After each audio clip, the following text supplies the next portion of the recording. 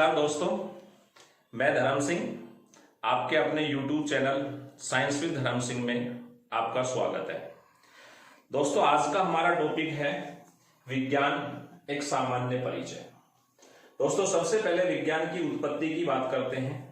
तो विज्ञान शब्द की उत्पत्ति लैटिन भाषा से हुई है। विज्ञान शब्द की उत्पत्ति कौन सी भाषा से हुई है? लैटिन भाषा से हुई है। लैटिन भाषा को ही विज्ञान में काम क्यों लिया जाता है, सबसे पहले इसकी बात करते हैं। तो लैटिन एक ऐसी भाषा है हम जिसके अंतर्गत किसी भी शब्द का कोई पर्यायवाची शब्द नहीं देखते हैं। जैसे हम हिंदी की बात करते हैं तो हिंदी में एक ही शब्द के अनेकों अर्थ होते हैं या एक ही शब्द के अनेकों पर्यायवाची होते हैं। इंग्लिश में बात करते हैं तो इंग्लिश में एक ही शब्द के दो अर्थ निकलते हैं। जैसे आपने देखा भी होगा, एक शब्द होता है SEE, सी का मतलब होता है देखना और सी का मतलब समझना भी होता है। लेकिन लैटिन भाषा जो है, इस लैटिन भाषा के अंतर्गत एक शब्द का केवल एक ही अर्थ निकलता है और वो शब्द जो काम में लिया गया विज्ञान के लिए, उस शब्द को नाम दिया जाता है साइंसिया। शब्द कौन सा काम में लिया गया और इस शब्द को किस नाम से जाना जाता है? साइंसिया के नाम से जाना जाता है। दोस्तों, कभी भी लैटिन भाषा से हम सीधे हिंदी भाषा में नहीं आ सकते।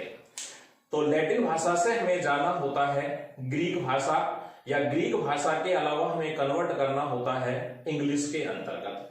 तो जब हमने इस शब्द को इंग्लिश भाषा के अंतर्गत लेकर गए, हम अंग्रेजी में जब इस शब्द को लेकर गए तो इस शब्द को हमने बनाया टू नो। शब्द जो बना वो कौन सा है? टू नो शब्द। और अब हम अंग्रेजी भाषा से इसे हिंदी में कन्वर्ट कर सकते हैं। और जब हम इसे हिंदी में लेकर जाते हैं तो हिंदी के अंतर्गत इस शब्द का अर्थ बनता है जानना। हिंदी में इस शब्द का अर्थ क्या बनता है? जानना। अगर हम सही और पूरे अर्थ की बात करें तो इस शब्द का अर्थ होता है के बारे में जानना। यानी कि जिस वस्तु के बारे में हमें जानना होता है उस प्रक्रिया को, उस प्रोसेस को हम किस नाम से जानते हैं? विज्ञान के नाम से जानते हैं। तो विज्ञान जो शब्द है उस शब्द को हमने कौन सी भाषा से लिया है? लैटिन भाषा से लिया है। लैटिन भाषा में उस शब्द को हमने नाम दिया साइंसिया। साइंसिया शब्द को हमें कन्वर्ट किया अंग्रेजी में, तो अंग्रेजी में इसका अर्थ बना टू नो। और फिर इसे हमने कन्वर्ट किया किसमें? हिंदी भाषा के अंतर्गत। तो जब हिंदी भाषा में इसे कन्वर्ट किया तो शब्द हमें जो प्राप्त हुआ वो है जानना, जिसका पूरा अर्थ होता है के बारे में जानना। अर्थात किसी भी वस्तु के बारे में जानकारी प्राप्त करना क्या कहलाता है? विज्ञान कहलाता है। जैसे मैं आपको बात कहूं कि हमें पृथ्वी के बारे में जानना हो तो हम उसे शब्द कहेंगे पृथ्वी विज्ञान।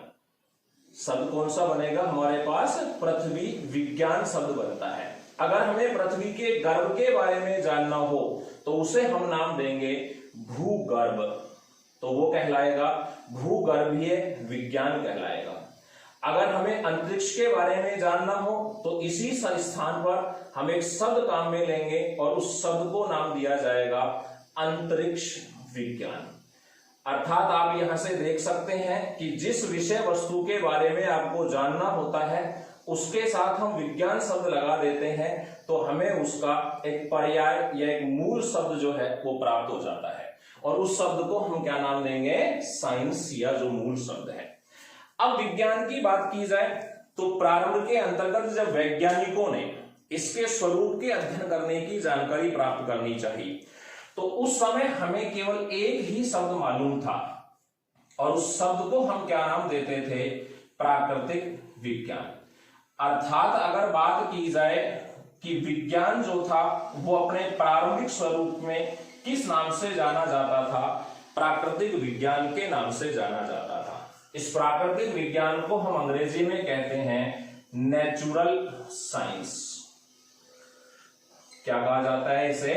नेचुरल साइंस के नाम से इसे जाना जाता है। यानी कि यह विज्ञान वो विज्ञान है जिसमें हम प्रकृति के बारे में जानकारी प्राप्त करते हैं और इसीलिए इसे किस नाम से दिया गया? प्राकृतिक विज्ञान या नेचुरल साइंस के नाम से जाना गया। अब इसके बारे में जब हमने एनालिटिकल रूप से पढ़ने का प्रयास किया या इसकी विस्तृत जानकारी प्राप्त करने का प्रयास किया तो हमने इसे अनेक शाखाओं में विभाजित किया गया। लेकिन प्रकृति में पाई जाने वाली वस्तुओं के आधार पर अगर इसे हम देखते हैं तो नेचुरल साइंस के केवल दो ही रूप हमें प्राप्त होते हैं। उन दोनों रूपों के अंतर्गत प्रथम रूप को नाम दिया जाता है जीव विज्ञान। प्राकृतिक विज्ञान का प्रारंभिक स्वरूप जो है वो क्या कहलाता है? जीव विज्ञान। और ये जीव विज्ञान जो है इसके जनक, जीव विज्ञान के जनक कहलाते हैं अरस्तु। जीव विज्ञान के जनक किसे कहा जाता है? अरस्तु को कहा जाता है। अर्थात परीक्षा में सवाल हमसे पूछा जाता है कि फादर ऑफ बायोलॉजी के नाम से किसे जाना जाता है? अरस्तु को। तो आपका आंसर क्या होगा? अरस्तु होता है। जीव विज्ञान शब्द जो है इसे हम अंग्रेजी में लिखते हैं बायोलॉजी। जीव विज्ञान शब्द को अंग्रेजी में क्या लिखते हैं? बायोलॉजी। और ये बायोलॉजी जो शब्द है ये शब्द हमने प्राप्त किया ग्रीक भाषा से। कौन सी भाषा से प्राप्त किया हमने? ग्रीक भाषा से। बायोलॉजी शब्द के अंतर्गत ग्रीक भाषा के दो शब्दों को सम्मिलित किया गया है, जिनमें से एक शब्द को हम नाम देते हैं बायो। बायो जो शब्द बना है वो ग्रीक भाषा के शब्द बायोस से बना है, जबकि लॉजी जो शब्द है ये ग्रीक भाषा के शब्द लोगोस। कौन से शब्द से बना है? लोगोस। बायो शब्द को जब हिंदी में हम बदलते हैं तो हिंदी में इस शब्द का मतलब होता है लिविंग थिंग्स। हिंदी में इसे क्या कहा जाता है? लिविंग थिंग्स, अर्थात वे चीजें जिनके अंतर्गत जीवन पाया जाता है। अर्थात वे जो सजीव होते हैं जिनमें जीवन उपस्थित होता है उन्हें हम किसके अंतर्गत रखते हैं? बायोस। जबकि दूसरा जो शब्द है इस शब्द का अर्थ अंग्रेजी में निकलता है स्टडी, जिसे हिंदी में कहा जाता है अध्ययन। अर्थात बायोलॉजी के अंतर्गत हम किसका अध्ययन करते हैं? बायोलॉजी में हम इस प्रकृति में पाई जाने वाली सजीवों अर्थात जीवित चीजों का अध्ययन किया जाता है। विज्ञान की वो शाखा क्या कहलाती है? बायोलॉजी कहलाता है। यहां मैं आपको आपकी जानकारी के लिए बता देता हूं कि जीव विज्ञान जो होता है इसके अंतर्गत प्रकृति की केवल दो जीवित चीजें, जिनमें से एक का नाम होता है जीव और दूसरी जो चीजें पाई जाती है उनमें आते हैं पादप। तो प्रथम जो होता है वो होते हैं जीव, दूसरी जो चीजें होती हैं उनमें कौन आता है? पादप। यानी कि इसमें जीव जंतु अर्थात पादपों का अध्ययन किया जाता है। विज्ञान की उस शाखा को हम किस नाम से जानते हैं? जीव विज्ञान के नाम से जाना जाता है। तो हम बात कर रहे हैं जीव विज्ञान। जीव विज्ञान के अंतर्गत हम इस प्रकृति में पाई जाने वाली दो चीजें, जिसके अंतर्गत एक है जंतु या पादप, एक है जीव या जंतु और दूसरे होते हैं पादप। तो जीव जंतु या पादपों का अध्ययन विज्ञान की जिस शाखा में करते हैं वो शाखा क्या कहलाती है? जीव विज्ञान कहलाती है।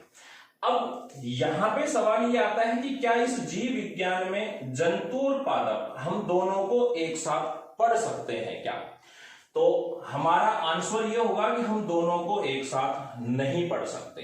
क्यों नहीं पढ़ सकते? उसका कारण, जंतु और पादप जो हैं इन दोनों के अंतर्गत पाए जाने वाले लिविंग प्रोसेस यानी कि प्रक्रियाएं जो होती हैं वो दोनों में समान होती हैं, लेकिन इन दोनों के अंतर्गत होने वाली प्रक्रियाओं की जो टेक्निक होती है उसके अंतर्गत डिफरेंस होता है। इसलिए इन दोनों को हम एक साथ नहीं पढ़ सकते हैं। तो बाद में आगे चलकर जैसे जैसे हमारे ज्ञान में वृद्धि होती गई या वैज्ञानिकों का विस्तृत ज्ञान होता चला गया, वैज्ञानिकों ने इस जीव विज्ञान को दो शाखाओं में विभाजित कर दिया। जीव विज्ञान की प्रथम शाखा जो बनी उस शाखा को नाम दिया जाता है जूलॉजी। जीव विज्ञान की प्रथम जो शाखा बनी उसे क्या कहा जाता है? जूलॉजी। जूलॉजी को हिंदी में कहा जाता है जंतु विज्ञान। जूलॉजी को हिंदी में किस नाम से जानते हैं? जंतु विज्ञान। यहां मैं आपको यह भी बता देता हूं कि जूलॉजी जो है ये जूलॉजी शब्द ग्रीक भाषा से प्राप्त हुआ। जूलॉजी शब्द हमें कौन सी भाषा से प्राप्त हुआ है? ग्रीक भाषा से। ग्रीक भाषा से जूलॉजी को बनाने के लिए हमने दो शब्दों को लिया, जिसमें से प्रथम जो शब्द आता है उस प्रथम शब्द को नाम दिया जाता है जून। पहला जो शब्द है उसे किस नाम से जानते हैं? पहले शब्द का नाम होता है जून, और दूसरा जो शब्द होता है वो होता है लोगोस। दूसरे शब्द को क्या नाम दिया गया? लोगोस। जून। जून को जब हमने अंग्रेजी में कन्वर्ट किया तो यहां जून से शब्द बना एनिमल।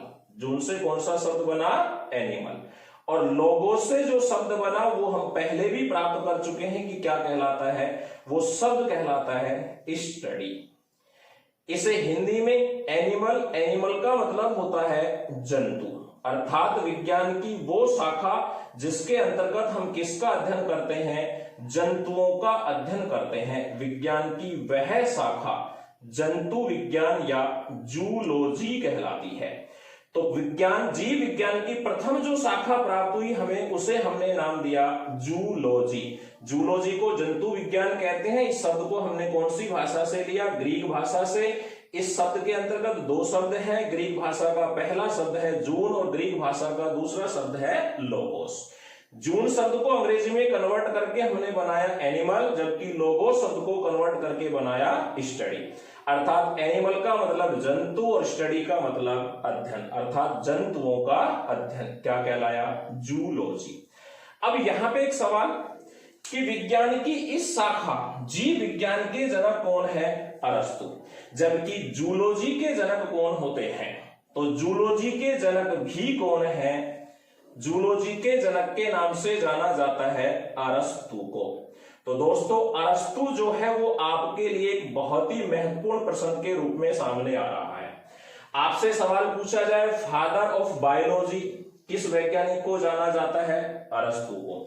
आपसे सवाल पूछा जाए फादर ऑफ जूलॉजी, तो फादर ऑफ जूलॉजी के नाम से भी किसे जाना जाता है? अरस्तु को। कौन से वैज्ञानिक को? अरस्तु को जाना जाता है। तो यहाँ पे दो शब्द हैं, दो सवाल है। फादर ऑफ बायोलॉजी कौन है? अरस्तु। फादर ऑफ जूलॉजी कौन है? अरस्तु। ये है जीव विज्ञान की प्रथम शाखा जिसे हम नाम देते हैं जूलॉजी। अब यहाँ पे बचा कौन? जीव विज्ञान में हम पढ़ते थे जंतु और पादप, तो जंतुओं के लिए हमारे पास जो शाखा प्राप्त हुई वो है जूलॉजी, जबकि पादपों के लिए हमारे पास जो शाखा आती है उस शाखा को, दूसरी शाखा, और उस शाखा को हम नाम देते हैं पादप विज्ञान। पादप विज्ञान को अंग्रेजी में कहा जाता है बॉटनी। पादप विज्ञान को अंग्रेजी में किस नाम से जानते हैं? बॉटनी के नाम से जाना जाता है। बॉटनी जो शब्द है, ये बॉटनी शब्द भी कौन सी भाषा से आता है? तो बॉटनी शब्द को भी हमने कौन सी भाषा से लिया? ग्रीक भाषा से। कौन सी भाषा से लिया हमने? ग्रीक। ग्रीक भाषा में इस बॉटनी शब्द को कहा जाता है बोटेनी। क्या कहते हैं इसको? बोटेनी। इस बोटेनी को हमने इंग्लिश में कन्वर्ट किया तो यहां से शब्द बनता है हर्ब्स। यहां से शब्द कौन सा बनता है? हर्ब्स। और हर शब्द को जब हम हिंदी में कन्वर्ट करते हैं तो हर्ष शब्द का हिंदी होता है छोटे पादप। हर्ष शब्द का हिंदी क्या होता है? छोटे पादप। यानी कि विज्ञान की यह वो शाखा है जिसमें हम किसका अध्ययन करते हैं? पादपों का अध्ययन करते हैं। वो शाखा क्या कहलाती है? पादप विज्ञान। और पादप विज्ञान जो शाखा है, इसके जो जनक है उस व्यक्ति को कहा जाता है थियोफ्रेस्टस। पादप विज्ञान के जो जनक है उस व्यक्ति को हम किस नाम से जानते हैं? थियोफ्रेस्टस के नाम से जाने जाते हैं।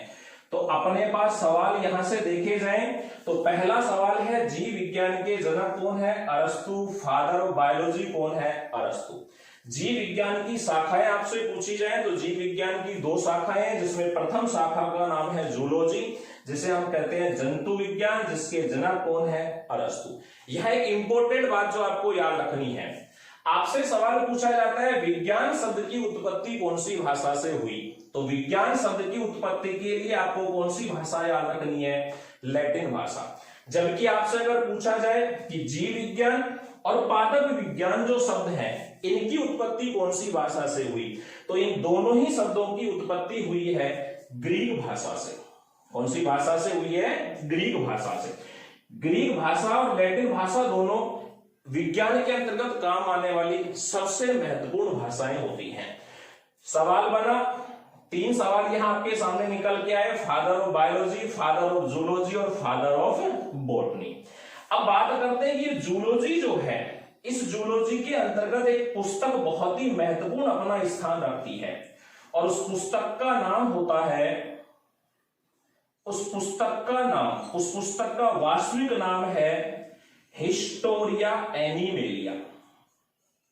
इस पुस्तक का वास्तविक नाम क्या है? Historia animalia. मैं इसको आपके लिए अंग्रेजी में भी लिख देता हूं। इस किताब का नाम है हिस्टोरिया एनिमेलिया। और आपसे सवाल पूछा जाता है कि इस पुस्तक के लेखक कौन है, तो हिस्टोरिया एनिमेलिया नामक जो पुस्तक है उसके लेखक कौन है? अरस्तु है। दोस्तों याद रखने के लिए इस शब्द को आप हिस्टोरिया एनिमेलिया, जो कि ग्रीक भाषा का शब्द है, इसका सही नाम होता है हिस्टोरिया एनिमेलिया।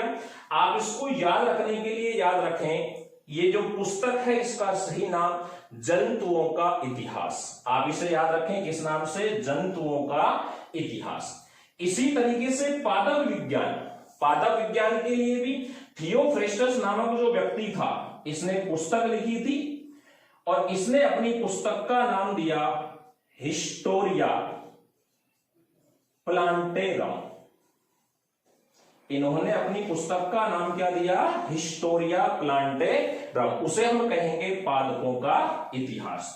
तो जीव विज्ञान की दोस्तों 2 शाखाएं हो गई, जूलॉजी जिसको हम कहते हैं जीव विज्ञान, और दूसरी शाखा है बॉटनी जिसे हम कहते हैं पादप विज्ञान। आज इस विषय के अंतर्गत, इसके अंतर्गत हम इतना ही अध्ययन करते हैं, बाकी की चर्चाएं कल करेंगे।